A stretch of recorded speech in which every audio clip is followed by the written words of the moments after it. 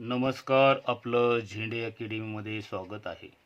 आज आपण इयत्ता 10वी गणित भाग 2 प्रकरण आहे वर्तुळ यामधील प्रमेय बघणार आहोत.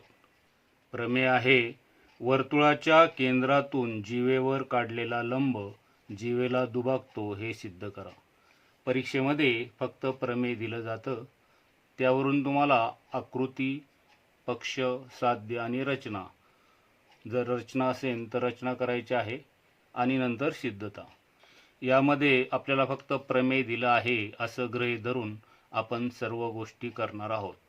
आता सुरुवातीला वर्तुळाच्या केंद्रातून जीवेवर काढलेलं लंब इथपर्यंत आपलं जे वाक्य आहे ते जर मध्ये येईन आणि तर नंतर जीवेला दुभागतो हे तर नंतरचा भाग म्हणजे दुसरा, म्हणजे हा साध्य भाग आहे आणि हा पक्ष भाग आहे.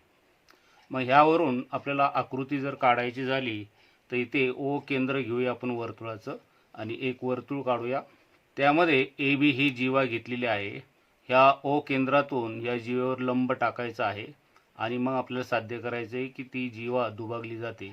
तर ह्याचं पक्ष कसं होईल, तर आपल्याला पक्ष असं लिहावं लागेल की ओ केंद्र असलेल्या वर्तुळाची रेख ए बी ही जीवा आहे. रेख ओ पी लंब जीवा ए बी, त्यामध्ये ए डॅश पी डॅश बी म्हणजे हे एका रेषेमध्ये बिंदू आहेत. त्यानंतर साध्य आपल्याला करायचं आहे. इथे तर नंतर जो भाग येतो तो साध्य आहे. जीवेला दुभागतो म्हणजे जीवा दुभागली जाते. तर आपलं साध्य आहे रेख ए पी एकरूप रेख बी पी. जर आपल्याला ह्या साध्यापर्यंत पोचायचं असेल तर ह्यामध्ये एक रचना करावी लागेल. आपल्याला रेख ओ ए, हा ओ ए आणि रेख ओ बी, रेख ओ ए आणि रेख ओ बी हे आपण जोडणार आहोत. ही रचना करायची आहे. आता ही रचना केल्यानंतर आपल्याला सिद्धता लिहायची आहे. तर सिद्धतेचे पॉईंट्स व्यवस्थित लक्षात ठेवा. तर त्यासाठी ही आकृती जी आहे, या आकृतीमध्ये जर ह्या ओ केंद्रापासून यावर लंब टाकलेला असेल तर इथे दोन काटकोन त्रिकोण तयार होतात. तर याला आपण क्रमांक देऊया. तर हा 1 नंबरचा काटकोन त्रिकोण आणि हा 2 नंबरचा. तर हे दोन काटकोन त्रिकोण तयार झालेले आहेत. 90 अंश समोरची बाजू ओ ए आणि ओ बी ह्या एकरूप होतील, कारण त्या एकाच वर्तुळाच्या त्रिज्या आहेत. जर एकाच वर्तुळाच्या त्रिज्या असतील तर त्या एकरूप असतात. तर ओ ए आणि ओ बी ही सारखी होईल. त्यानंतर ओ पी ही सामायिक भुजा आहे दोघांमध्ये. तर इथे कर्णभुजा कसोटीने हे दोन त्रिकोण जर एकरूप झाले तर इथे उरलेले जे संगत घटक आहे ए पी आणि पी बी म्हणजे बी पी हे जीवेचे जे भाग आहेत ते एकरूप होतील. तर ही सिद्धतेचे पॉईंट्स आहेत. तर ह्या पॉईंट्सनुसार आपल्याला सिद्धता लिहायची आहे. तर सुरुवातीला आपण म्हणूया सिद्धता. तर सिद्धता लिहित असताना पहिल्यांदा आपण म्हणूया ओ केंद्र असलेल्या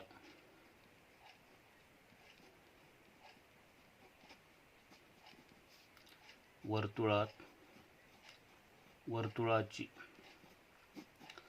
ओ केंद्र असलेल्या वर्तुळाची रेख ए बी ही जीवा आहे. त्यानंतर रेख ओ पी ही लंब दिलेली जीवा ए बी. तर हे आपण पक्ष म्हणून घेऊ शकतो. तर हे पक्षामध्ये आपल्याला दिलेलं आहे. याच्यावर जर ओ पी हा लंब ए बीला असेल तर इथे दोन काटकोन त्रिकोण होतात.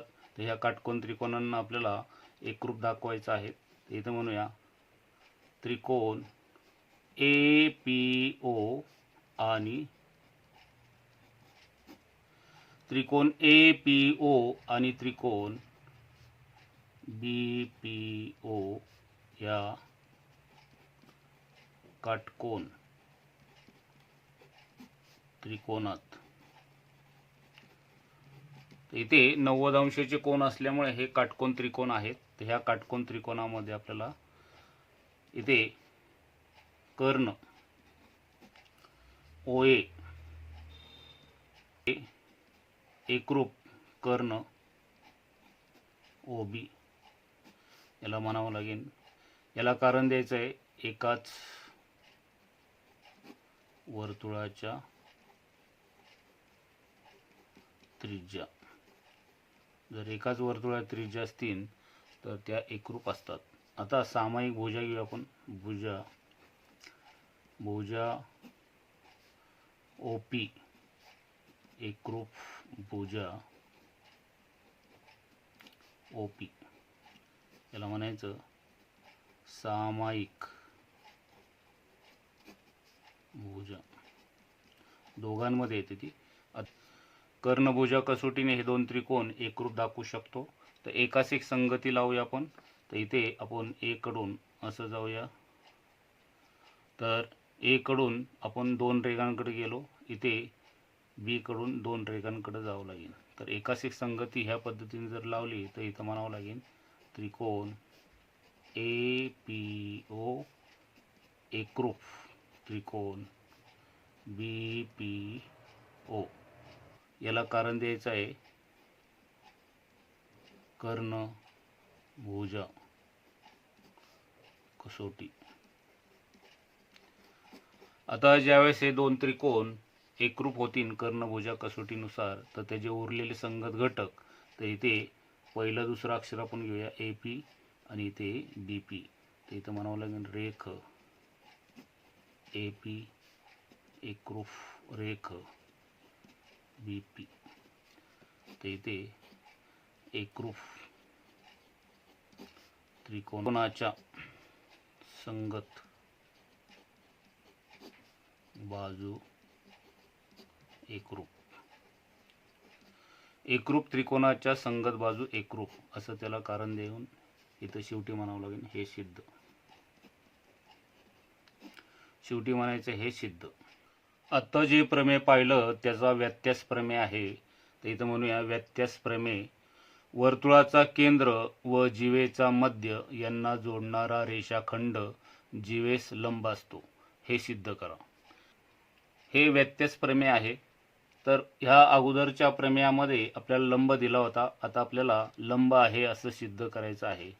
परीक्षेमध्ये तुम्हाला फक्त हे प्रमेय येईल आणि मग यावरून तुम्हाला आकृती, पक्ष, साध्य, आवश्यक असेल तर रचना आणि त्यानंतर सिद्धता अशा स्टेप तुम्हाला वापरायच्या आहेत. आता आपण सुरुवातीला आकृती काढूया. तर इथे वर्तुळाचा केंद्र O घेऊया आणि AB ही जीवा घेऊया.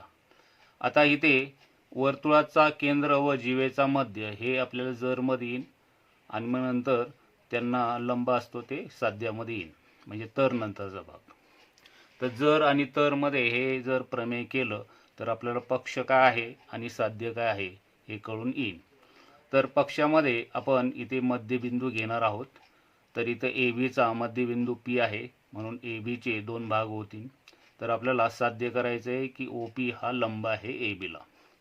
तर पक्ष आपण लिहूया O केंद्र असलेल्या वर्तुळाची रेख AB ही जीवा आहे. जीवा AB चा P हा मध्यबिंदू आहे. आता P मध्यबिंदू असेल तर दरम्यानचा संबंध A'-P'-B, तर A'-P'-B अशा प्रकारे होईल. आता हा जर मध्यबिंदू असेल तर ह्या ABचे दोन समान भाग होतील, म्हणजेच रेख AP एकरूप रेख PB. हे सगळं आपल्याला पक्षामध्ये घ्यायचं आहे. साध्य काय आहे तर इथे रेख OP हा लंब दाखवायचा आहे, म्हणजे इथे 90 अंशाचा कोन होईल असं आपल्याला दाखवायचं आहे. साध्य आहे रेख OP लंब जीवा AB. आता आपल्याला यामध्ये एक रचना करायची आहे. तर रेख OA व रेख OB काढले. आता ह्या प्रकारे आपण ह्या स्टेप केल्यानंतर आपल्याला लिहायची आहे जी सिद्धता. तर इथं म्हणूया सिद्धता.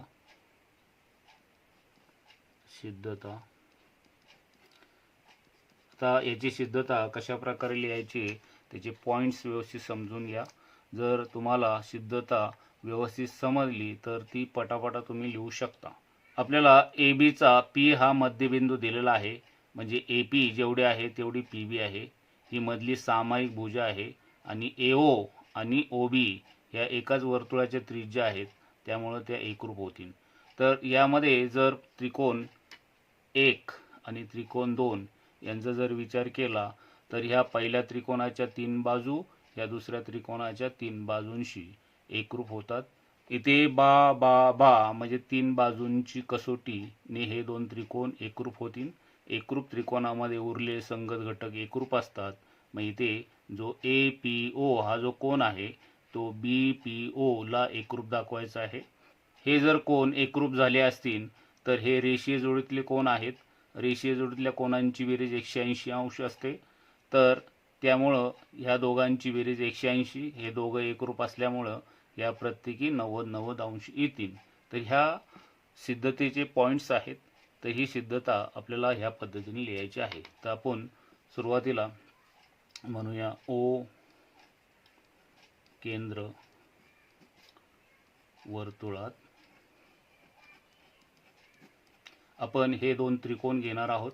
तर त्रिकोण APO आणि दुसरा त्रिकोण BPO मध्ये बाजू AP एकरूप आहे, बाजू BP याला कारण द्यायचे पक्ष. पक्षामध्ये सांगितले की P हा मध्यबिंदू आहे. त्यानंतर बाजू किंवा रेख म्हणा, बाजू OP एकरूप आहे, बाजू OP याला कारण द्यायचे हे सामायिक भुजा. त्यानंतर बाजू AO एकरूप आहे, बाजू BO याला कारण द्यायचे एकाच वर्तुळाच्या त्रिज्या. आता आपल्याला एकास एक संगती लावायचे. चिन्हावरून लावा. इथे 2 रेघांकडून आपण एक रेघेकडे जाऊया, इथे 2 रेघांकडून एक रेघेकडे. तर अशाच प्रकारे वाचन करायचं आहे. तर इथं म्हणूया त्रिकोण APO एकरूप त्रिकोण BPO. याला कसोटी आपण लिहूया बा बा बा एकरूप कसोटीने. आता ह्या ठिकाणी हे 2 त्रिकोण एकरूप झाल्यानंतर त्याचे उरलेले संगत घटक म्हणजे संगत कोन एकरूप असतात. तर इथे आपण म्हणूया कोन. आता हे जर 2 त्रिकोण एकरूप झाले असतील बा बा कसोटीनुसार, 3 बाजूंची एकरूपता कसोटी बा बा बा एकरूप कसोटीने, तर याचे जे उरलेले घटक आहेत म्हणजे जर 3 बाजू एकरूप असतील तर 3 कोन सुद्धा एकरूप होतील. आता आपल्याला सगळ्या कोनांची गरज नाही. तर इथे हा 90 अंश दाखवण्यासाठी हा फक्त P कोन जो आहे, तर इथे P जो आहे तो मध्ये आलेला आहे. इथं P म्हणजे हा APO. एकाच एक संगतीमध्ये P या ठिकाणी दोन्ही अक्षर मध्ये आहेत म्हणजे ह्या त्रिकोणातला P कोन दुसऱ्या त्रिकोणातले P कोनांशी एकरूप झालेला आहे. तर तो आपल्याला लिहायचा आहे. तर कोन APO एकरूप कोन BPO याला 1 नंबर देऊया. त्याला म्हणूया एकरूप त्रिकोणाचे संगत कोन एकरूप, किंवा इथे एकरूप त्रिकोणाचे उरलेले संगत कोन एकरूप असं लिहिलं तरी चालेल. आता या ठिकाणी हे कोन एकरूप आहेत, परंतु इथं म्हणूया परंतु